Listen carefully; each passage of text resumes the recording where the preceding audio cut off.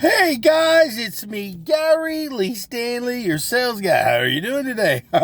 Today we're talking about our favorite subject, which is sales. All right, we got a cool subject for ourselves, so let's go ahead and dive right on into it. What is our cool subject for today? Our cool subject for today is selling and sales follow-up. Who's doing it? What did he say? I said selling and sales follow-up. Who's doing it? Now, you're probably asking yourself this question. What is he talking about? Well, let's talk about it like this. I just had a conversation with a manager with a company here, because I'm always on the phone. I'm always going business to business. I'm always going door to door. I'm talking to people all the time. And it came to my attention as I was having a conversation with this gentleman. He was saying, I just had my air conditioned. I had 4 different companies come out to my home and give me a quote on air conditioning.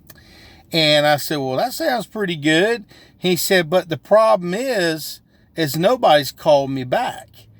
Not a single one of the companies that had given him the opportunity to listen. First off, these salespeople were trying to sell something, but they negated to call the dude back and say, hey, did you think about it? At least were you thinking maybe you might want to go ahead and get that air conditioning system? And the guy said to me, he said, not a single one of them called me back. And if one of them would have called me back, because they were pretty close on everything, I probably would have went ahead and went with whoever called me back. And I thought, what a great topic, follow-up. I've been in sales a long time, and we live off of sales. We work off commission. So if we don't make no commission, we don't make no money, honey. And one of the things that I've learned is that, without referrals and stuff like that, we can't get other clients or other customers to purchase from us. But I never really thought about this subject, the follow-up. The follow-up is probably one of the biggest things that we have an epidemic of people not doing it. Okay? And he specified, he says, I've been in sales a long time. He's a big old sales manager. He's talking about all stuff. And he says, I got my salespeople, they're always complaining all the time about why they ain't making no extra money and all this kind of stuff. And then I said, well, when's the last time you did a follow-up? When's the last time you went through that little deck of cards that you got there? Or when's the last time you went out and you went back to those customers that you had approached before with your great information and your great idea to follow up and see if they may be interested in buying something? Now, I'm just, kind of talking, as though, he's talking, but in reality, that's me. Following up, I've had people in my selling career that, we are searching for customers all the time. We've got active customers right now that if we would just reach back out to them about our products and say, hey, listen, have you had an opportunity to think about it? Knock on their door or go call them up or whatever, and then just bring them back around and say, hey, listen, I know at that time you weren't interested in purchasing that particular day, but what do you think? And go back over your process and your program. And see, here's the thing, guys. We can lose a lot of really good opportunities because of our lack of follow-up. If you are a business owner, follow-up is like a big, big deal. If you got customers coming to you, that's one thing. But if you got people you have to go and talk to, and you got to pick up that heavy phone, and you got to go out there and ask for business, one of the keys to success is every time you talk to somebody who may hee-haw and maybe go, well, maybe next month or maybe down the road I might be interested. It could be a follow-up. It could be an opportunity for you to get another sale. Now, you're probably saying, well, I don't want to have to go bother those people. They don't want nothing.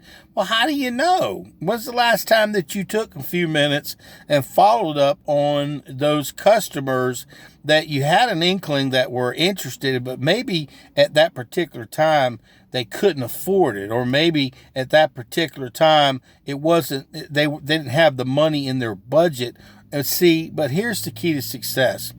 We get all these leads all the time. They cost a whole lot of money, honey. When's the last time that you recalled those leads? I'm in insurance and I sell real estate. And one of the things that I'm starting to do is to say, I'm getting tired of having to go and spend all this money, and I've got a captive audience because these people have already made a decision at one point or another to reach out in some form of capacity over the internet or a phone call, and they ask questions about our particular products. So if you have a niche market or products where people have asked questions about them, it's always a good idea to take notes. I've got notes and stacks of notes. And today when I was at my office, I started calling on a couple of people that I hadn't talked to. And you know what? I set up some appointments. It was weird. It was like, dang, man, thank you, God, for the help and the information. Because, see, sometimes we forget and we go on to the next. We think we got to go cultivate. You know how expensive it is to go market and cultivate new customers? It costs a whole lot of money, honey. And if you are a salesperson, we're looking at ways to save money. What I've done is over a year's time, I went back and I looked at all my customers' receipts and things that customers have bought from me. And I looked at them and I always wrote little notes, like when I'm doing the pool services, because I help people with pool equipment and motors and services on the side, and custom, and also pool services for maintenance and so forth. And there I'll have a little conversation with them because I'll notice they don't have a motor, right? And then I'll write a little notation. Don't have a heating element or a heating system to make that pool more warmer. Okay. And it gets to be a little bit wintertime. Like right now, you know, I'm in Florida, so I'm in my car. I got my little tanky top on, but the water gets a little bit chilly. So now what I'm going to do is I'm going to go ahead, because of a follow-up, I'm going to contact a bunch of these customers that were good customers who already purchased stuff from me. I'm going to have a follow-up with them and say, hey, listen, remember when we had that little conversation about you thinking that maybe you'd like to get a heater, maybe for your pool? What's the worst thing I do? Make some money? Like I said, if you have customers that are your clients that are already buyers, they've already purchased stuff from you. I mean, what's the worst thing? You know, because I see these people all the time, you know, they sell products and stuff, and then they forget about that particular customer. That particular customer that bought something from you could purchase again and again and again. But if we only did a follow-up to find out how their service is going. Some people are afraid to call them because they don't want them to complain and have to worry about it. But I'd rather be the salesperson who heard the complaint and got it fixed, and also got an additional customer and an additional service or additional product sold because I was there for the customer in a time of need. Follow-up. It just makes sense. You know, our topic for today is selling, and who's doing the follow-up? Are you doing follow-ups on all your customers? Go back through your receipts. Go back through all your paperwork. Go back in your computer over the last couple of years and look at those customers that you worked with, that you sold stuff to. You know, this is a great idea, guys. And go in and contact these people. You got downtime all the time. It's a free lead. They've already bought something from you. Did you hear what I said? And if you have other products that you can offer them, or maybe upgrades, or maybe warranties, service agreements, if they didn't buy extended warranties and things like that, you could call these people and say, hey, listen, how's everything going? And just checking on it. It could be furniture. It could be almost anything, an add-on. And I'm telling you, when I worked in the furniture business, I used to have customers say, well, my next thing I want to get, if I couldn't get them into financing enough, and my next thing's going to be, and I'd always ask them, what are you going to get next time? Well, a bedroom suite. I'm going to get me a new leather chair. I'm going to get me a new dining room set. And that's a follow-up call. You could call those folks, say, hey, how you doing, Mary? Who is this? Well, this is me, Gary Lee. I'm over here, you know, over at the place where you bought your sofa I said, how's it going? Oh, it's going pretty good. Well, I just wanted to remind you that, hey, we got a special and a sale going on, and I wanted to follow up with you because you were talking to me about that you was thinking about getting that dining room suit, and we've got 30% off, and we got 0 interest for another 6 months to a year, and it's like paying cash. Do you think you might want to come on down here and see me? What I'm sharing with you guys is there are ways to follow up. You've got insurance customers. Maybe you're selling, car insurance, okay? And you've got other products that you can offer those customers. Maybe you've got customers who could use home insurance, or they could also maybe get life insurance, or whatever type of insurance that you're selling. You've already got a captive audience. They've already bought something. So why don't you follow up with them, find out how things are going, and then say, hey, oh, by the way, I just wanted to remind you, we've got this, and this, and I thought maybe you might be interested. So hope you're having a good day. And then you see what you can do is, even if you don't get nothing, you follow up with the customer. It makes you look real good, like you care about your customers. Following up and asking questions about how things are going, it makes a big difference. If there's a complaint, you can squash that complaint. If there's good things, or maybe they may say, well, I was talking to my son, or I was talking to my daughter, I was talking to my friend, and they were thinking about getting something, and there you go. You did a follow-up. What'd you get? A sale, an opportunity, a lead, one that you didn't have to go pay for. And a lot of times we forget about those customers, and they're very, very important.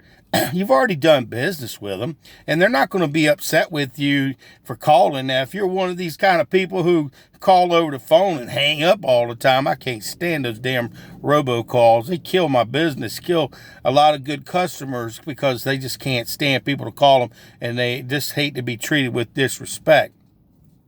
But follow-up calls with customers that you've already done business with, that's a whole different animal right there. You're checking on their welfare. You're checking on their service. You want to make sure things are going good. And if you call and do a follow-up call, you may end up getting additional sales. Think about it. When's the last time that you followed up on some leads that you had? Maybe they were some old leads. Maybe that you called them once or twice or 2 or 3 times. A lot of times people will call them one time and that's it. So if you're wanting a pocket full of money and a savings of a pocket full of money, especially if you have leads, call those old leads. What's the worst thing they can do is say, no, I'm not interested. Or maybe, I'm interested. Won't you go ahead and come by and see me? Or you can go ahead and just do follow-up calls. It's a really great idea. I'm glad that, gentlemen, we had a conversation today about that. Because, see, I follow up all the time. But now what I'm going to do is, because money's kind of tight in this economy and stuff like that, is I'm going to go back through all of my old sales. And I'm going to reach out to these customers and let them know, hey, listen, how's it going? It could be real estate. Maybe at that particular time you had customers that their credit wasn't really good last year. Or maybe they needed to work on their credit, or they needed to save up 20% or 3% to be able to purchase a home. My simple job is to pick up the phone and say, hey guys, just doing a little follow-up. Wanted to see how everything was going. Are y'all still renting that condo? Are y'all still renting that apartment, paying those people's mortgage? Oh yeah. Well, have you had an opportunity to save any money? How's your credit? Oh, by the way, I got somebody who can help you. You're helping customers. You're working with people who already know you, man. It's like, wow, I've had this conversation, and it's an easier conversation when you have a follow-up with somebody you had a conversation with before. Like I said, I've sold stuff over, like say, for instance, insurance. I've had a couple of people here and there that at the time they just couldn't fit it in their budget. They were waiting to figure out that Social Security is going to be coming in, and they didn't know how much money they would be making. So my simple thing was I just called them back up and said, hey, how's everything going? Wanted to check and do a follow-up and see if, hey, did you go ahead and get your social? Get your Social Security? Oh, yeah. Well, I'm got this special going on right now. I'll be in your area tomorrow. We can talk to you. Remember, we had that conversation, and we had a budget price that we could fit that life insurance on you for. Did you want me to go ahead and stop by?